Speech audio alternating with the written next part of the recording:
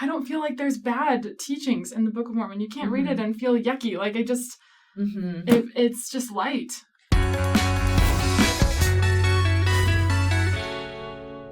Hey everyone, welcome back to Saints Unscripted. You're here with Sabrina and Kaitlyn. And we're going to talk today about something that is very important. Dare I say the keystone of our religion. And when we say the keystone of our religion, it's like you have an arch, and there's that little middle stone in the arch. That's the stone that holds it all together. That's what we mean when we say keystone, if that's something all that's the pressure is on it. Not familiar, but it all falls on the Book of Mormon. That's like very important because it is a testament of Jesus Christ. Yeah. You can open any page in the Book of Mormon and you will find the scripture that talks about Jesus Christ. Always. He's always mentioned. It points all things to him. And that is why to us, the Book of Mormon is so important. So we just kind of want to share our thoughts on that book today. Yeah. Just kind of our personal experiences with it. Do you remember how old you were when you first read the Book of Mormon? Actually, this is kind of a funny story because in primary, so if you don't know, that's like, what ages is that? 4 to 11. Yeah, the classic 3 church. to 11, roughly like that age. Kids. Ages 3 to 11. But at some point, maybe I was 7 or 8. Okay. And we had this challenge within our primary. So it was both for the little kids and the older ones to read the Book of Mormon that year. And then if you read, you got some little treat or whatever. And I lied that I read it all. I was 7. I don't know. So I was devious. I was skimming through it, and I tried to read, and I really wanted to say that I did. Oh. But yeah, obviously then I felt bad about it and told the truth. But Yeah. So it wasn't then, but it was probably a year later or something that I started reading. Probably took a while. I would say by the time I was 12, I'd read the Book of Mormon all the way through. Wow, that's pretty good. Yeah, I mean, did I understand it all? I don't know. I don't know. I doubt it because I still learn things. I don't even think I did till I was 16 or 17. Yeah. Read it fully. Probably it was because of seminary class. Yeah, that helps. I think they invited us to do it, but I have read it many times since. But yeah, I don't know if in my childhood, I think I read it with my family, but I don't know if I could say I read through the Book of Mormon fully. Yeah. I mean, by myself. At age 12, I was reading Fablehaven and Harry Potter and Twilight. Yeah. Okay? Too much to read. Too much to read. Now I don't read it all, ever.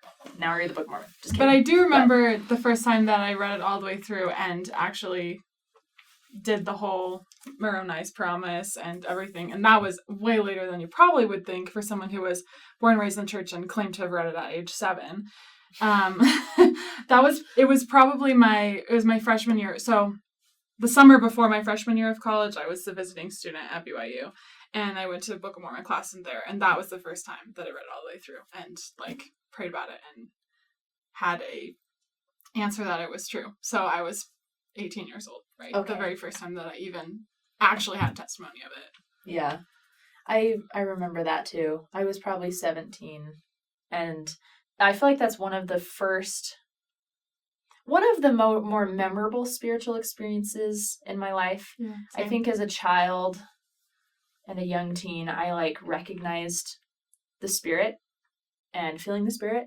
But I think that was one of the first times I actually really reached out and wanted, had that desire in my heart to learn about the Book of Mormon and its truthfulness. Yeah. And I definitely got that confirmation. And so as a teenager, that was a really big thing to me. I mean, I don't think I never have been someone who has doubted my faith. That's just not something that has been a part of me. That's just, I don't know, for some reason, I just have never doubted my faith. But the Book of Mormon, though, has really increased my desire to live my faith better. Yeah. And to share it as well. Yeah. Because it's just I believe in other things in my testimony, but the Book of Mormon is it. Yeah, I agree. For me if too. I were ever to leave this church, I don't know how I would get around the Book of Mormon. Mm-hmm. That is how solid that book is to me. I have no doubt. And I know that a lot of times before we have our own testimonies, I wouldn't say rely on, but to some extent rely on testimonies of the people that we love and care about around us. And I know that my dad's testimony of the Book of Mormon all growing up was just like, I think that was one of the main reasons why now I'm getting embarrassed because I know he watches these, but just, but his testimony was one of the main reasons why I even really wanted to actually pray and feel that for myself instead of just kind of going with the motions all my life. Oh, that's cool. So thanks, Dad. There have been many, many good talks since about the Book of Mormon.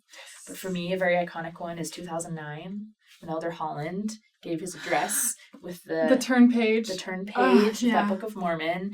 And he basically declared with a fervor from the pulpit, why would Joseph Smith and Hyrum Smith go through the atrocities that were put upon them because of their conviction and belief in the Book of Mormon?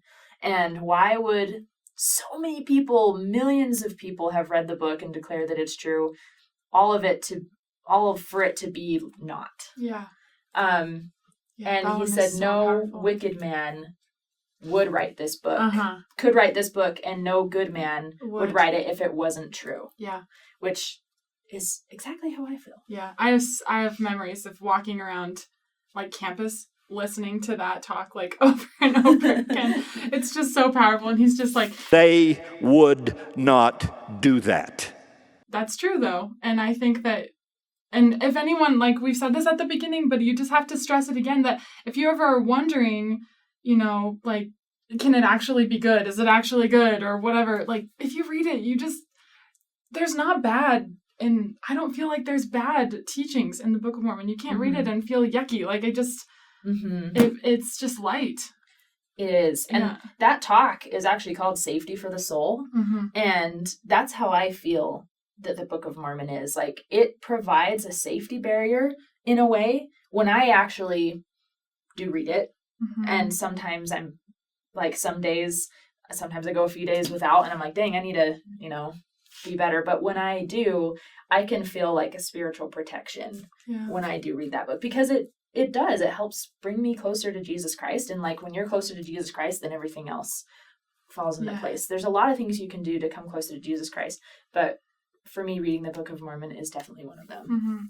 I love learning, I don't know the names of these, so maybe if you do, you can remind me. But in the time of Joseph Smith's translation and in the Doctrine and Covenants, we learn about the one guy who claimed that he could write like the Book of Mormon's quality of writing. Oh. And then he like gets the okay to try, right? But he like literally couldn't. Do you know what I'm talking about?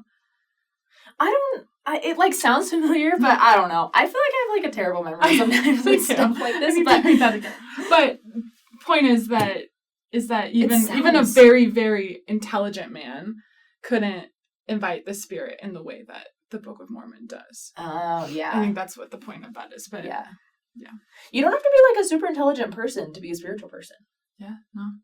So that gives me comfort. Because I'm not right. Anyway. And I think that children even can have testimonies that are really powerful of aspects of the Book of Mormon. And they don't know everything in the world.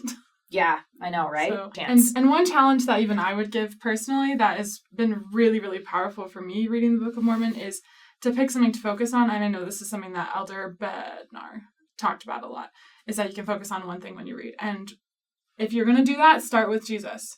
Read it, and you can underline any time he's mentioned, or just focus on that. Let it stand out of the page, and you'll just be overwhelmed in a good way. Go read it. Go get one if you don't. Touch it if you haven't in a while. They're free, by the way. You can request one online. Yeah. Don't forget that. We're not just like out trying to make money with the Book of Mormon. It's not a moneymaker, okay? Just, you can request one, or you can ask your neighbor for one. I'm sure they have a spare one. Yeah. If you live in Utah. If you live in Massachusetts, probably not. But anyway. Okay. Massachusetts. Bye. Okay, bye guys. Like, subscribe, comment. We love you.